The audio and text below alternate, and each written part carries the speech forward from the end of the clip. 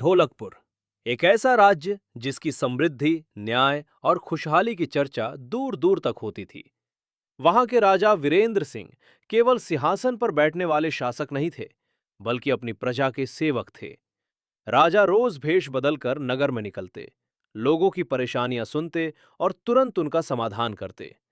किसी किसान की फसल सूख जाए तो राजकोष से सहायता मिलती, किसी गरीब की बेटी की शादी हो तो खर्च राजा उठाते।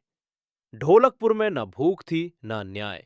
इसी कारण आसपास के सभी राज्य ढोलकपुर से ईर्ष्या करते थे।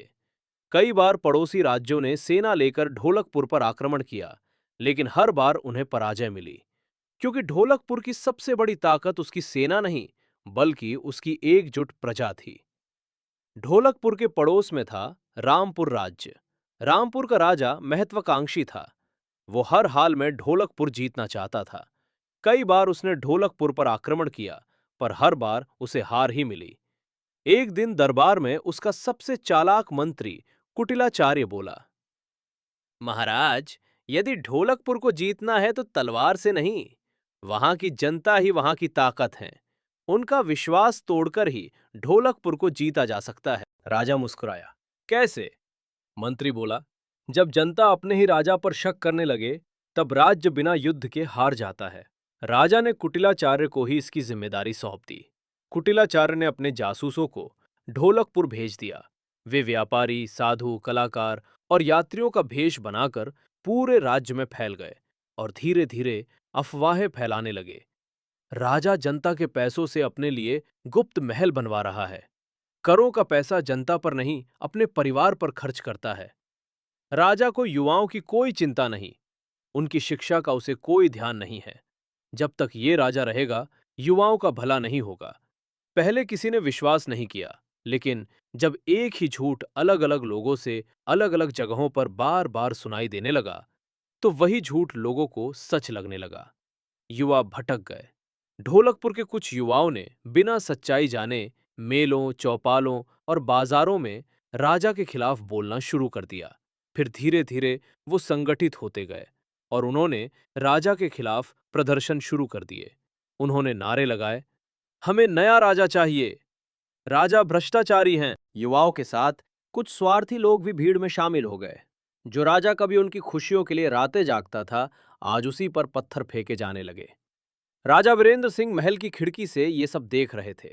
उनकी आंखें भर आई। उन्होंने अपने प्रधान सेनापति से कहा, दुश्मनों के तीरों से कभी दुख नहीं हुआ, लेकिन अपनी ही प्रजा के शब्द आज दिल छलनी कर रहे हैं।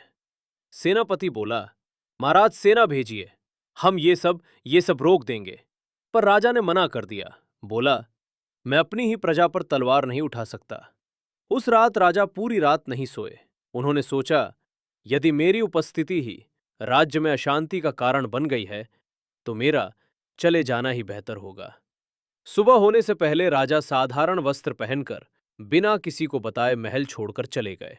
उन्होंने केवल एक संदेश छोड़ा, यदि मेरी अनुपस्थिति से मेरी प्रजा सुखी होती है तो मैं प्रसन्न हूं। मेरी सद्भावनाएं हमेशा ढोलकपुर की प्रजा के साथ रहेंगी। जैसे ही रामपुर राज्य को खबर मिली कि राजा ढोलकपुर छोड़ चुके हैं, कुटिलाचार्य ने रामपुर नरेश से कहा, अब समय आ गया है ढोलकपुर पर आक्रमण करने का। ढोलकपुर के सेनापति ने बहादुरी से लड़ाई लड़ी, लेकिन बिना राजा के नेतृत्व के सेना बिखर गई। कुछ ही घंटों में ढोलकपुर पर रामपुर का झंडा लहरा रहा था। युवा इस सत्ता परिवर्तन से खुश हो गए, पर कुछ ही दिन में असलियत सामने आने लगी। ढोलकपुर की जनता पर भारी कर लगाए गए। किसानों की जमीन छीन ली गई। जो विरोध करता किए उसे जेल में डाल दिया जाता। गरीबों का अन्न सैनिक लूट लेते। वही युवा जिन्होंने राजा के खिलाफ सबसे ज्यादा प्रदर्शन किए थे, अपने राज्य और प्रजा की हालत पर दुखी हो रहे थे और पछता रहे थे कि उन्होंने अफवाहों पर भरोसा किया, कभी सच्चाई जानने की कोशिश नहीं की। लेकिन अब बहुत देर हो चुकी थी। राजा कहाँ थे, किसी को नहीं पता था। गांव के बुजुर्ग उन युवाओं से कहते, बेटा, तलवार से पहले अफवाह हमला करती है। जब जनता अपने सच्चे नेता पर भरोसा खो देती है, तब दुश्मन को युद्ध भी नहीं लड़ना पड़ता।